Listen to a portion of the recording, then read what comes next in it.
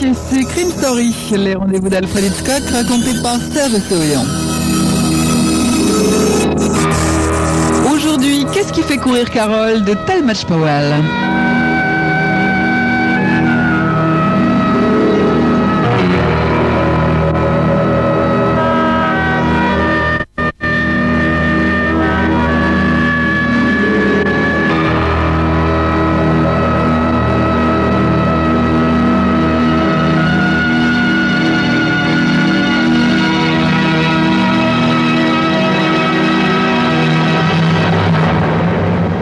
Le vieux monsieur était digne et très embêté.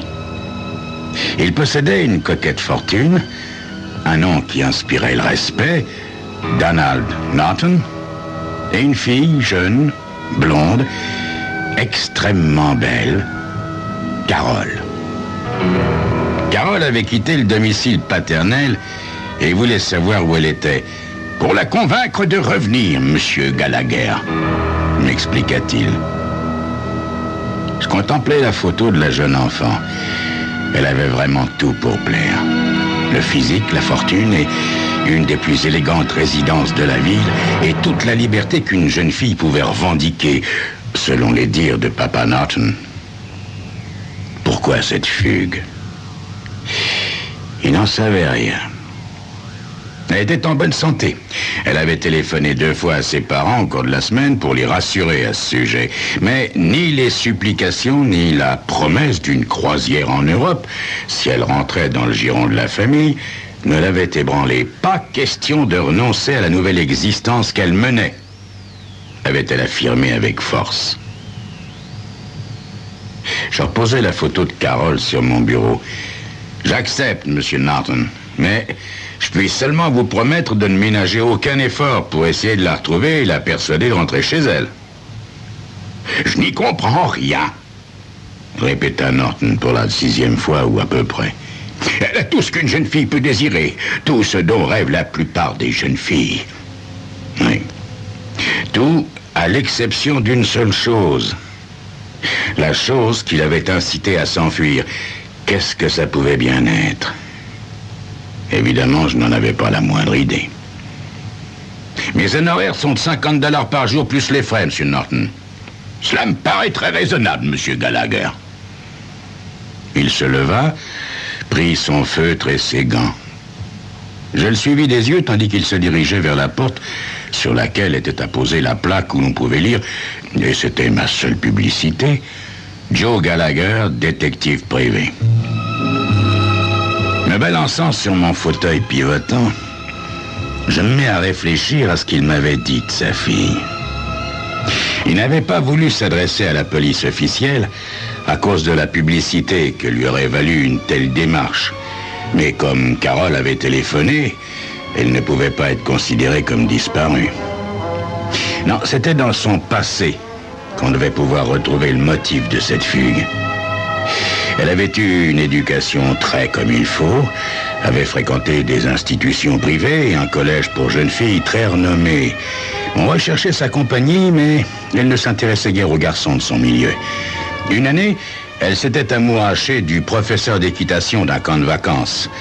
Monsieur Norton y avait mis le holà après avoir enquêté sur le compte du jeune homme. Qu'il eût de l'argent ou pas, cela nous était égal, comprenez-le bien, monsieur Gallagher, mais certains détails de sa biographie étaient quelque peu déplaisants. Et le moniteur d'équitation fut mis à la porte sous prétexte qu'il avait maltraité un cheval. Carole avait pleuré, trépigné, mais il avait disparu de la circulation une fois pour toutes, et les choses s'étaient finalement arrangées. Carole n'appréciait guère les thés et les réunions en usage dans la bonne société. Jusqu'à sa disparition, ses parents n'avaient eu qu'une chose à lui reprocher. Elle entraînait de temps en temps ces riches soupirants dans les quartiers les plus malfamés de la ville pour y passer la soirée, voire la nuit. Elle n'avait qu'une seule marotte, le jazz progressiste. Exclusivement à titre d'amateur, d'ailleurs, elle ne jouait d'aucun instrument. Toutes les tentatives qu'on avait faites pour lui apprendre le piano s'étaient soldées par des échecs. Elle avait dans sa discothèque une importante collection de Brubeck et autres musiciens dans le vent et une chaîne haute fidélité de $1500. Eh bien ça, c'était un début de piste. Ce soir-là, je fis le tour des quelques clubs où elle aurait pu se trouver, mais je ne la vis pas. Le Pudgy's était sur ma liste. J'ai remarqué que les clients du Pudgy's ne se trémoussaient pas. Quand on joue du jazz progressiste, les gens ne se trémoussent pas, il faut le savoir. Ils se traînent, si vous voulez mon avis. Il y avait les spécimens classiques qu'on rencontre dans ce genre d'endroit. Lunettes à grosse monture noire, cheveux longs. La boîte était enfumée et fleurait l'odeur du whisky coca. Les doigts tambourinaient sur les tables, les yeux devenaient peu à peu vitreux, et les filles aux cheveux courts frissonnaient légèrement. Mais pas une seule qui ressemblât à Carole Norton. Le quartet qui se démenait sur l'estrade acheva Honeysuckle Rose et se lança aussitôt dans une cacophonie névrosée et larmoyante. Après l'exécution de cette monstruosité, le quartet fit une pause. Le pianiste se fraya un chemin à travers les tables en saluant négligemment ses admiratrices d'un geste de ses doigts minces et blancs. Il s'écroula devant le bar et commanda un dry. Je m'approchai de lui. « Salut, Buzz. » Buzz Delaney tendit vers moi un visage étroit et pâle, percé de grands yeux profondément enfoncés dans les orbites. « Salut, Gallagher. Je suis à la recherche d'une fille. » Je lui montrai la photo de Carole. « Tu l'as déjà vue? »« Bien sûr. C'est Carole Norton. »« Elle vient souvent ici? »« Oh, souvent non, mais régulièrement. C'est un besoin chez elle quand elle va mal. Elle rapplique. Elle s'assied là, à cette table, juste devant l'orchestre. Relax, hein, tout ce qu'il y a de relax. Elle sait ce que nous disons. Elle écoute jusqu'à ce qu'elle ait retrouvé son équilibre. Alors, elle s'en va, en silence, comme un accord de crescendo qui plane en attendant la reprise. Mais je suppose que tu ne comprends pas ça. Je fis mine d'ignorer son ton condescendant. Quand est-ce qu'elle est venue pour la dernière fois? Oh, il y a une semaine à peu près. Elle était seule? Oh non. Vraiment regrettable. Un bien antipathique personnage. Ah oui? Qui? Le gorille qui l'accompagnait. Écoute, une touche d'ancien boxeur, le nez cassé, les oreilles en chou-fleur, si tu vois ce que je veux dire. Un sale type, méchant et brutal. Mais va pas répéter ce que je t'ai raconté, hein. Tu me connais, Buzz. Tu sais qu'on peut avoir confiance en moi. Oui, c'est pour ça que tout le monde te fait des confidences, Gallagher. Ce gars-là, il n'était pas dans le coup. Tout le temps qu'ils sont restés, il n'a pas arrêté de faire la gueule, tu vois. J'espère que vous aurez une petite prise de bec tous les deux. Te connaissant comme je te connais, ça me ferait rudement plaisir que tu le corriges. Si ton vœu est exaucé, Buzz, je te le ferai savoir. Merci d'avance, Joe. Dis-moi, le type en question, tu l'as reconnu? Non, c'était la première fois que je le voyais. Je me demande où elle a bien pu le ramasser. Bien qu'on l'ait déjà vu dans des endroits plutôt bizarres. Dis-moi, petit gars, à quelle heure Carole et son gorille sont-ils sortis? Sur le coup de minuit, je crois. Je l'ai entendu dire à Carole qu'ils iraient manger un morceau au Pig and Pen. Ouais. Tu vois pas d'autres tuyaux que tu pourrais me donner, Buzz? Non, je crois pas, Joe. Si elle s'est collée avec lui, je la plains, la pauvre fille. Hein, pourquoi? Oh, c'est le genre de type à maltraiter une femme, tu sais, et sans y aller avec le dos de la cuillère. Je l'ai observé, tu sais, j'ai vu comment il la regardait, comment il lui parlait, comment il l'a prise par le bras au moment de leur départ. C'est un homme des cavernes, Gallagher, tu peux me croire. Tu sais que j'ai fait des études de psychologie, moi. Ouais, enfin, elle peut toujours le quitter. Mais peut-être qu'il la laissera pas le quitter. C'était là une idée à laquelle j'avais pas songé. J'ai allé un taxi et donné au chauffeur l'adresse du Pig and Pen. Le Pig and Pen et le Pudgy's n'avaient qu'une chose en commun. La quantité de fumée qui stagnait dans la salle.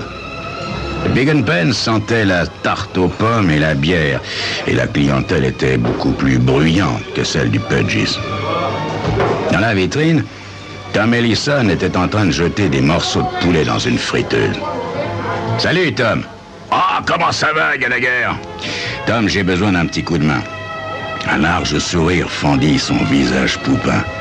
Comme d'habitude, Joe. Voilà, Tom, je suis à la recherche d'une nana. Je lui montrai la photo de Carole et ajoutai: elle est venue chez toi il y a environ une semaine, accompagnée d'un type qui ressemble à un boxeur. Tom essuya ses mains boudinées et grasses sur son tablier. Il prit la photo. Ah, dis donc, un peu bien roulé, la souris. Tu la connais? Pardi, il y a moins d'une heure, elle était encore là. Elle était avec un mec, le même qui l'escortait les autres fois. Et, attention, regarde où tu mets les pieds, Gallagher. Ah ouais? Ouais, c'est Bart Ankers. Ah, il a été mêlé à des affaires pas très catholiques? Ah, c'est rien de le dire. On n'a jamais vu un boxeur aussi dégueulasse sur un ring. Il a fini par se faire retirer sa licence à la suite d'une bagarre et il travaille un peu par-ci par-là pour des bons hommes qui ont besoin des services d'un dur de temps à autre, tu vois ce que je veux dire? Dis-moi, Tom, est-ce que tu sais où ils sont allés en sortant de chez toi? Non, mais d'après ce que j'ai entendu dire, ils habitent tout à côté, à l'hôtel des voyageurs, un hôtel minable. Merci, Tom. Et fais gaffe, Gallagher. Je te conseille de marcher sur des œufs. Il se dirigea vers la bassine pour sortir son poulet de la friture. Quant à moi, je m'en fus en direction de l'hôtel des voyageurs.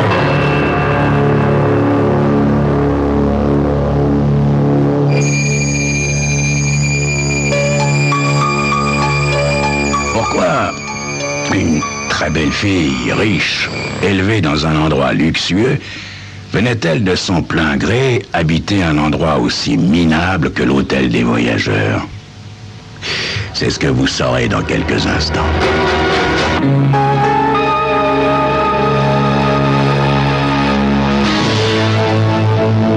L'air était chaud et moite. Il y avait beaucoup de monde dans la rue. Les employés essayaient de prendre le frais devant les portes des boutiques encore ouvertes. Je bavardais avec pas mal de types et donnais $1 à un gars. Dans mon boulot, vous voyez, c'est payant de connaître des tas de gens. Le réceptionniste de l'hôtel était un vieux qui avait une couronne de cheveux blancs aussi fins que ceux d'un bébé. Dès que je pénétrais dans le hall sombre où régnait une odeur de moisi, il camoufla en vitesse sa bouteille de vin derrière le comptoir. Il s'essuyait les lèvres d'un revers de main et ses yeux délavés papillotèrent. « Oh, mais c'est Joe Gallagher !»« Comment va ?» Je me le rappelais vaguement. Je l'avais déjà vu dans le quartier, mais son nom m'échappait. « Oh, ben, c'est plus comme ça a été quand je faisais du music hall. »« Ah ouais, c'est fini cette époque. »« Oh, vous avez raison. Vous avez toujours raison, Gallagher. » Bah, pour mon job, il faut ça, hein. Dites-moi, quel est le numéro de l'appartement de Bart Ankers? Oh, celui-là, on aimerait bien pas l'avoir comme client. Il passe son temps à s'engueuler avec la fille. Il la bat, ouais monsieur, il la bat. C'est une honte. Seulement, qui se risquerait à le flanquer à la porte, hein? Ouais, je crois comprendre votre point de vue. Vous n'avez pas appelé la police? Oh, bah dites, si, on a pris le risque, mais la petite, elle n'a pas porté plainte, alors... Ils sont au 201, mais pour le moment, ils sont sortis. Bon, je vais monter, je les attendrai là-haut. Le vieux me tendit un passe-partout, et moi je lui donnais $10. Puis je me dirigeais vers l'escalier. Il régnait au 2e étage une odeur de renfermé. Une unique ampoule nue illuminait comme elle le pouvait les murs lézardés. Arrivé devant la chambre numéro 201, j'essayais la poignée. La porte était fermée à clé, mais c'était une vieille serrure que j'ouvris sans difficulté avec le passe-partout.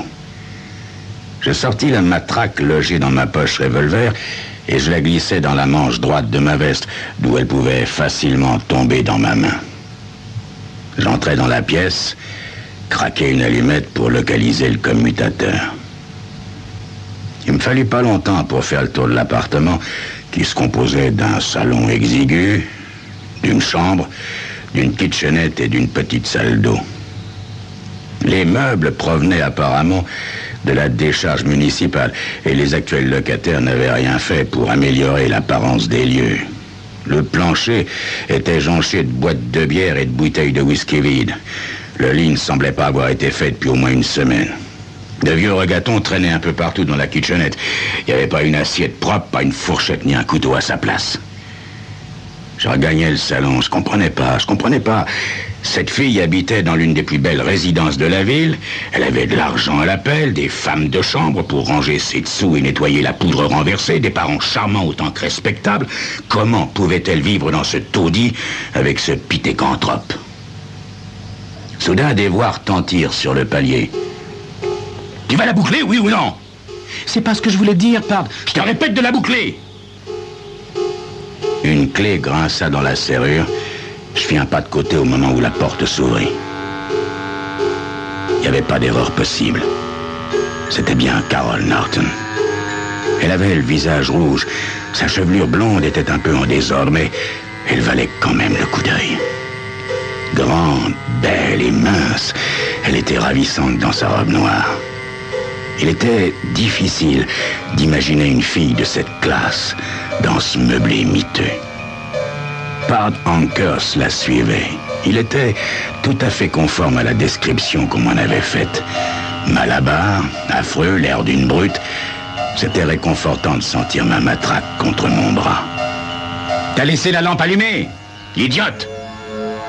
Il s'interrompit net en me voyant et ses yeux se rétrécirent. « Qui vous êtes, vous ?»« Je m'appelle Gallagher et je suis détective privé.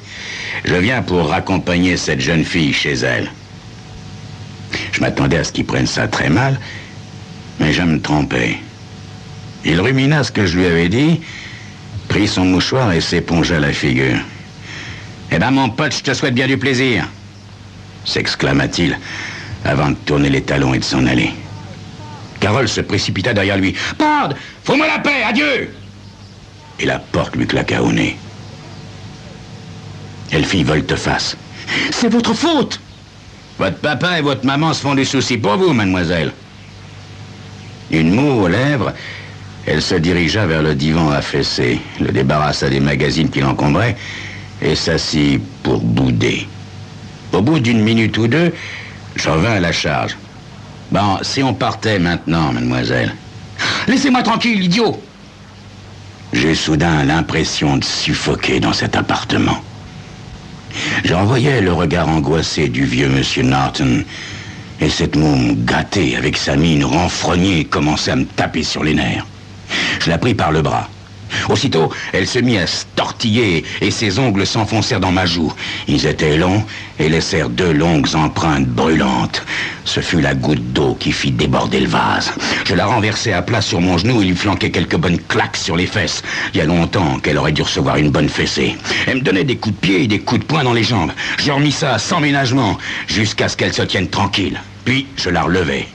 Quand je la pris par le poignet, elle était soumise et docile. Dans le taxi, elle n'ouvrit pas la bouche. Je l'accompagnai jusqu'à la porte. Sa maman se confondit en remerciements et je remontai dans le taxi qui m'attendait. Et voilà une affaire réglée, pensai-je. Seulement, 3 jours plus tard, le vieux Donald Norton se présenta à mon bureau. « Seriez-vous assez aimable pour vous remettre à la recherche de ma fille Carole? Elle s'est à nouveau échappée, monsieur Gallagher. » Je commençais par m'enquérir de Pard Ankers. Le gorille avait quitté la ville le jour de ma visite chez lui. J'essayais jusqu'à minuit de trouver la trace de Carole, mais en vain. Là, c'est la vie, me disais-je en regagnant mon petit 2 pièces de célibataire. On ne gagne pas toujours son argent aussi facilement. Parfois, l'affaire se dénoue en 5 secs et parfois, on se casse les dents.